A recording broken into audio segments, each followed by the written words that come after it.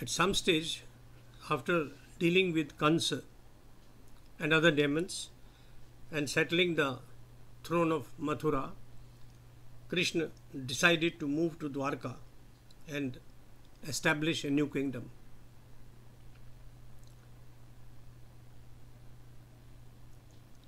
A neighboring king, Jarasandh, attacked the caravans proceeding from Mathura to Dwarka, carrying Mathura's royal treasures, which had fallen to Krishna's share.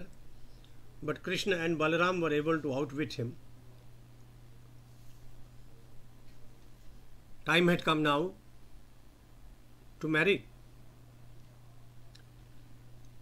The great romance of Sri Krishna's life was Rukmini, the pretty young daughter of King Bhishmak of Vidarbha.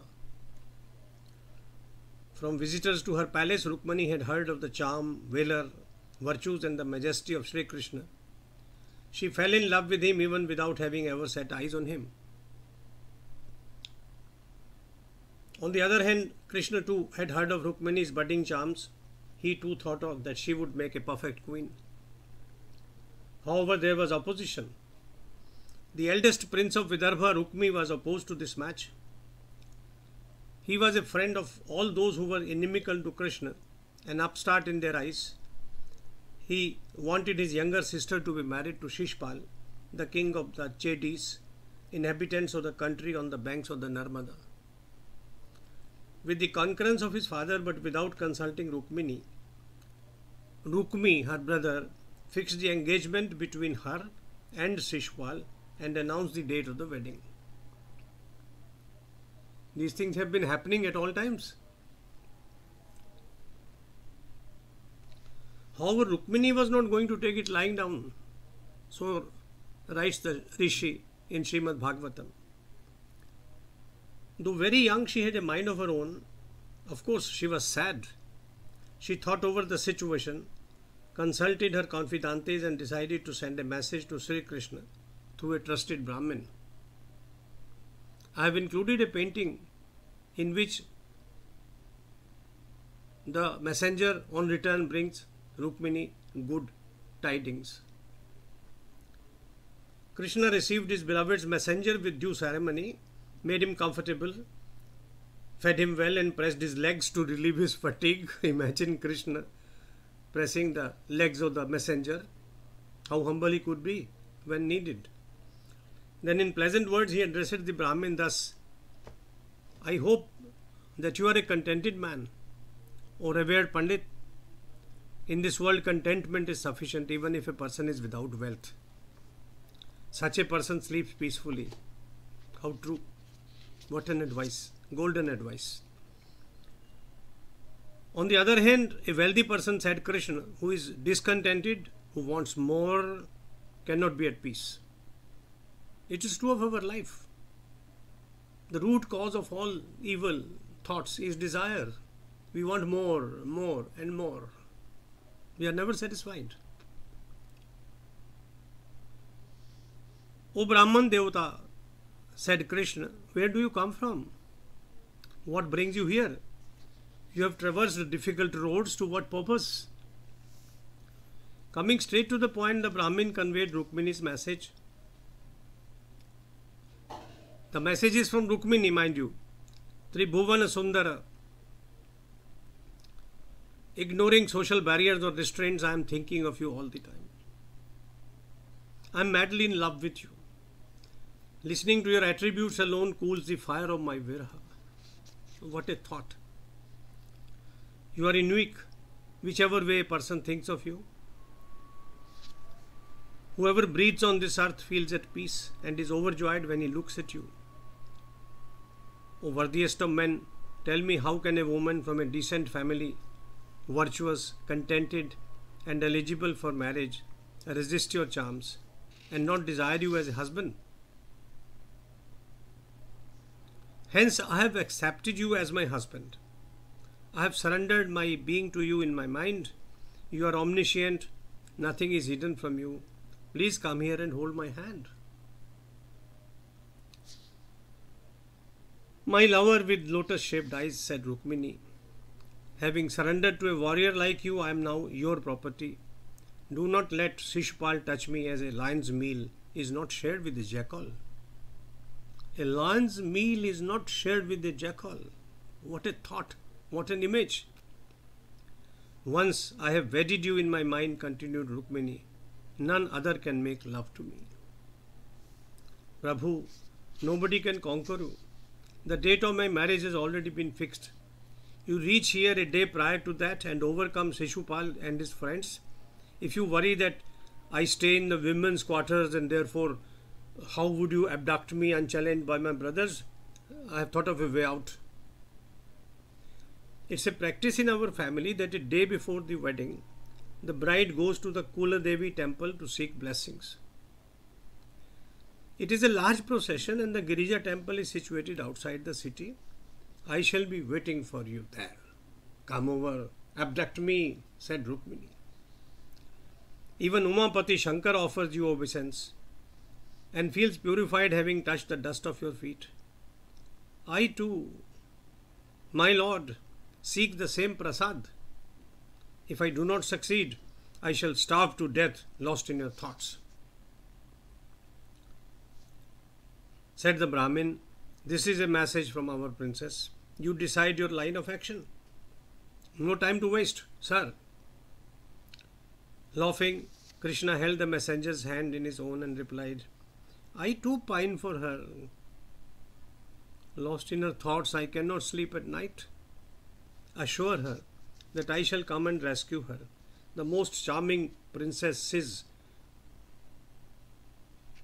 the most charming of princesses from those devils. The story shifts to the capital of King Bhishmak. It was decorated for the wedding of the charming princess. The avenues, the town squares and the streets had been swept and sprinkled with water. Colorful flags were flying everywhere and arches dressed in flowers had been erected. The gentrymen as well as women had put on garlands. They had touched their temples with perfume. They had applied sandal paste and had put on expensive gold ornaments. Their homes were redolent with incense.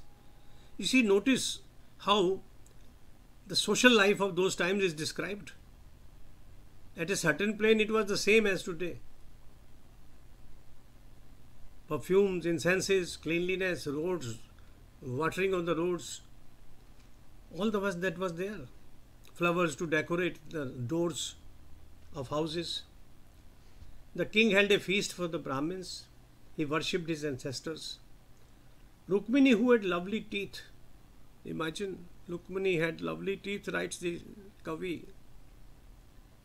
She was bathed in sacred water, dressed in new clothes and was asked to put on ornaments crafted by skilled artisans. Auspicious golden bangles were put on her wrists. The bridegroom's father, King Dama Ghosh of Chedi too, performed auspicious ceremonies to seek blessings for his son. Riding elephants in mast, sitting in chariots decorated with golden chains, led by horse riders, the marriage party arrived at Kundinpur. All the neighboring kings were there, Jarasandh, Dantavakra, Vidurth. Excellent arrangements had been made for their stay. Without exception, the Baratis were opposed to Krishna, so they had been very carefully selected in case there was a fight. Krishna and Balram were received with ceremony by Bhishmak. He thought that they had come out of sheer curiosity to witness a royal wedding. He made arrangements for their stay and offered them sumptuous gifts. The citizens of Vidarbha came for their darshana. Unblinking, they gazed at the charming faces gleaming like lotuses, as if they were sipping the nectar of flowers through their eyes. They worshipped to each other that they believed Krishna would have been a better groom for Rukmini than Shishupal. At the appointed hour, Rukmini walked barefoot to visit the Bhavani temple. She was lost in Krishna's contemplation. She had been informed of his arrival by her confidantes. She walked quietly. She was surrounded by her mother, her companions, by Brahmin women carrying garlands of flowers, sandal paste, and other incense. Armed soldiers to protect her. The procession was led by musicians playing upon mridang, conches, drums, turhi, and bheri. Arriving at the temple, Rukmini washed her hands and feet that were soft like lotus petals. With her thoughts as pure as her person, she entered the inner precincts of the temple. She bowed in front of Bhavani as well as Shankara and their son Ganesh sitting in his mother's lap. She prayed, "Bless me that I wed Krishna and none else." The prayer over, Rukmini accepted prasad from the priest. Holding on to the arms of her friends with fingers on which she had put on several gem-studded rings, she came out of the Girija temple. Rukmini had a stunning presence like Bhagwan's Maya. She was so charming. No warrior could remain unaffected by her beauty. She had a slim, delicate waist. On her cheeks, her earrings radiated a divine glow. She stood at the threshold of youth. A studded belt adorned her hips. Her breasts were taking shape. She was young. Her falling tresses made her glance look coquettish. There was a captivating smile on Rukmini's lips. Her teeth glistened like white mogra flowers, with a tinge of rouge reflected from her lips that were red like the ripe bimb fruit. Mark the descriptions of her charms. They are enticing. Her shining anklets tinkled with every step. She walked like a royal swan on her tiny feet. Looking at her, every warrior assembled there fell in love with her. As if to make the task easy for Krishna, Kamdev had weakened the hearts of other suitors with his arrows.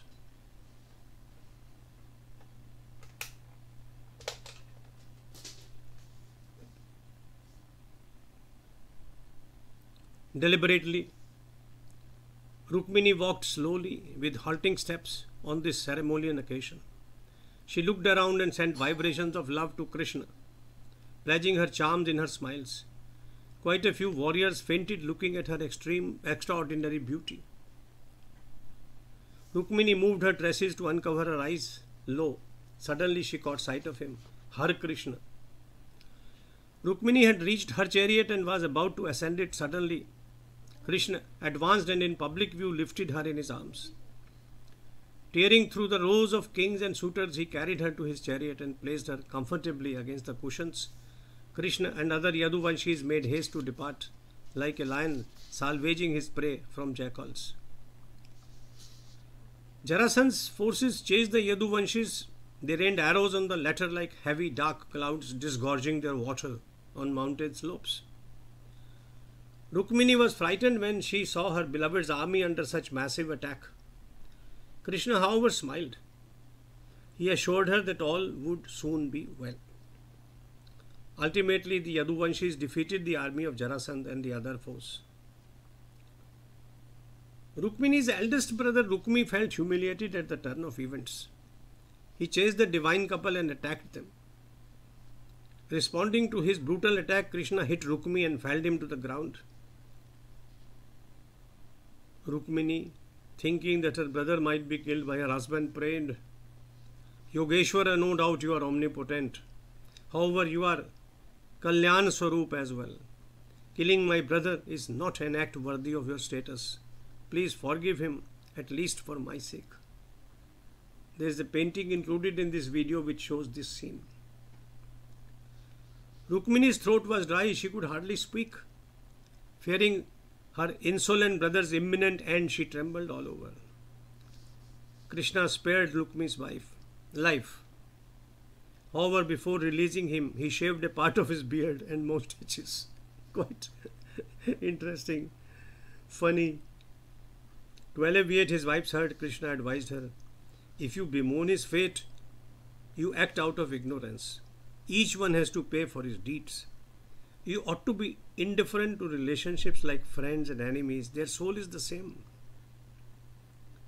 They are sons of the same God, so they are happy as a consequence of their good deeds. They suffer because they have indulged in evil acts. Taking birth, growing up, transforming, waxing or waning are attributes of the body and not of the soul. These thoughts are echoed in Bhagavad Gita as well.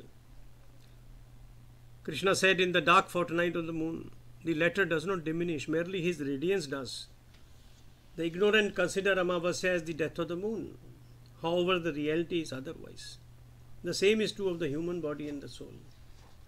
O Sadhvi, give up the sorrow that is born of ignorance. Your conscience withers when you are unhappy like this. It is a delusion. Shed it. Go back to your conscience within the truth, wherein the truth lies. Krishna and Rukmini arrived at Dwarka to a tumultuous welcome. Their marriage was performed according to the prescribed rites. The residents of Dwarka rejoiced at the events. Their homes were festooned with garlands. Colorful flags flew over every house. Auspicious pitchers full of holy water were arranged outside each door, on the beds of kusha grass and puffed rice. The air was fragrant with incense smoke. Lamps were lighted as if it was Diwali. Celebratory arches doors had been erected with banana trunks and areca nut palms. The residents of Dwarka presented a variety of gifts to Krishna and Rukmini. For them, her coming was the arrival of Lakshmi from Ksheera-Sagara. They were never tired of narrating the events of Rukminiharan. Om Namo Bhagavate Vasudevaya. Jai Sri Krishna, Jai Sri Krishna, Jai Sri Krishna.